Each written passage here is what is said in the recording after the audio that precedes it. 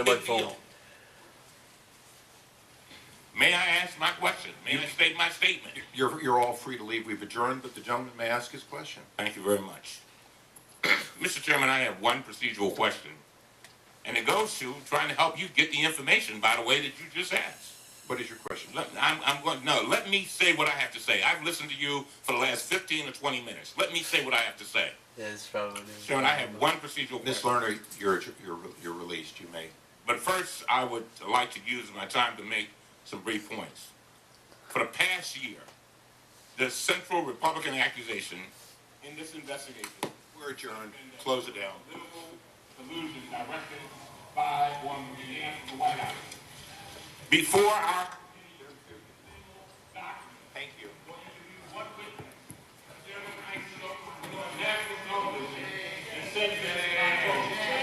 This was harmony of the president's political enemies effectively and lied about it during the election year, end of quote. He continued this theme on Sunday, but if you will sit down and allow me to ask the question, I am a member of the Congress of the United States of America. I am tired of this. Well, We have members over here, each who represent 700,000 people. You cannot just have a one-sided investigation. There is absolutely something wrong with that, and this is absolutely un-American. Here, here. we had a hearing. It was adjourned. I gave you an opportunity to ask a question. You have no question. I do have a question. I gave you. Chairman, what are you hiding? He's taking the fifth, Elijah. The IRS has spent more than $14 million responding to congressional investigations, but we have identified absolutely no evidence to support allegations of a political conspiracy against conservative groups. And the committee had already adjourned. But why did you adjourn returning to your colleague and asking him? Pursuant to the committee, we recessed only to determine whether or not we could get her to give testimony. Once it was determined she could not give testimony, there was no question before us. Mr. Cummings did not raise a point of privilege or a point of order, and in fact, I did recognize him when he said he had a question. He went into an opening statement. Opening statements had already been completed. There were 40 members sitting at the dais, and we had already adjourned. Therefore, I left because there was no question pending. What's next? Shut it down. Why would you say shut it down? Because he was talking into a mic in an adjourned meeting. The fact is, Mr. Cummings came to make a point of his objections to the process we've been going through. He was actually slandering me at the moment that the mics did go off by claiming that this had not been a real investigation.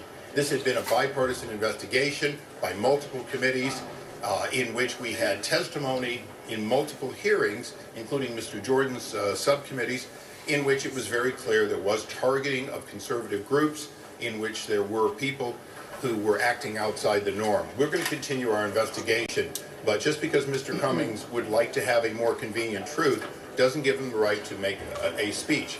Yes, sir. Mr. Chairman, how much of this is a political play for the Republicans in the election? None, not a shred of it, not a smidgen of it, not a smidgen of it. The fact is that this targeting is something that the president initially came out outraged against, as we were. As we began our investigation, we discovered that there was clear differential treatment of conservative groups, particularly if their name included Patriot or Tea Party. And for some reason, the administration has gone from supportive of this kind of bad behavior when they said it was only in Cincinnati to opposing it and saying there isn't a smidgen of evidence. We'll get to the bottom of this. It may well be that we have gotten to the bottom of it. At this point, roads lead to Ms. Lerner, the witness who took the fifth. And she becomes one of the key characters at this point. Had she been willing to explain those emails, which were provided through separate subpoenas, then we could have perhaps brought this to a close. Without that, it may dead end with Ms. Varner. What's the process for determining whether to pursue contempt against Ms. Ingram? There's committee rules on it. I'll go through that, but like I say, we're going to confer afterwards. Any other questions? I think Mr. Cummings would like time. $14 million plus and counting in man-hours have been expended in addressing the various investigations with regard to the IRS. $14 million plus and counting in man-hours have been expended in addressing the various investigations with regard to the IRS. And still, there has not been any evidence whatsoever that there was political motivation in regard to this targeting of the committee. When we don't seek the whole truth and nothing but the truth and we cherry pick, it goes against the integrity of the committee. I remind you, and as I close with this, that this is a committee of oversight and government reform. But in order to reform, you have to have all the facts. You can't just leave out the facts.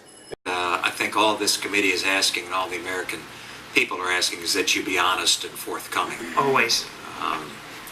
In that light, I would suspect you agree that the IRS process has been broken, would you not? I would agree with that. Would you agree that the trust with the American people in the IRS has been violated? I would agree with that. Mr. Werfel, the IRS has targeted groups. It has leaked information on donors of groups and then targeted those donors for auditing. This is chilling stuff. As Mr. Roscom said, this is the kind of thing that frightens his constituents. It concerns and frightens my constituents as well. The chairman asked you if you'd spoken to a number of people in the process of your investigation. Former IRS Commissioner Schulman, you said no.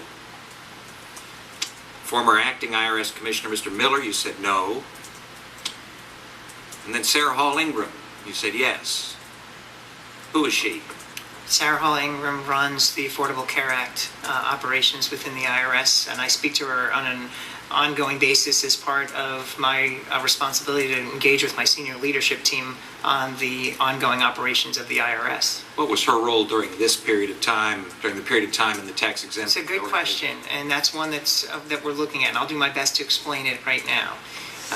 Ms. Ingram was the commissioner of the tax-exempt government entities organization leading into when these events occurred. So the IG report starts to surface issues in and around early, let's say March 2010 is when this fact pattern begins on the IG timeline.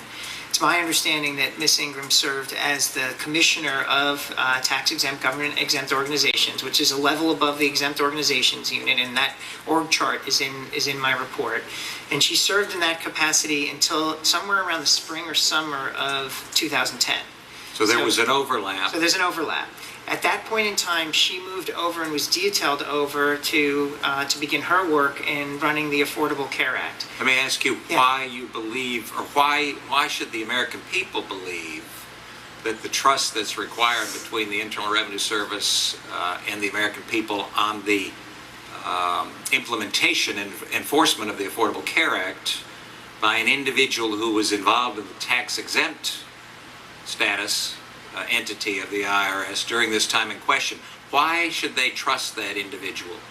Well, what I would ask the American people to do is to trust in the process that we are going through to make sure we're getting to the bottom of this. And with respect to... Mr. Werfel, you understand that the process that the IRS has gone through has violated that trust with the American people already, and candidly, my constituents, and I believe the vast majority of the American people, want every individual who is involved in this process to answer the questions prior to being able to have any further trusting situation in their capacity in the Internal Revenue Service. Is that too much to ask? I think it's valuable input. I think I would like to share what we're doing, which is analyzing for any employee, and Ms. Ingram is no different. We're analyzing what their footprint of responsibility was. And with respect to this individual, there's some complexity in doing that evaluation because she did move over to the Affordable Care Act early on, but at the same time, just in the interest of full candor, while she did move over to the Affordable Care Act within only a few months after this fact pattern,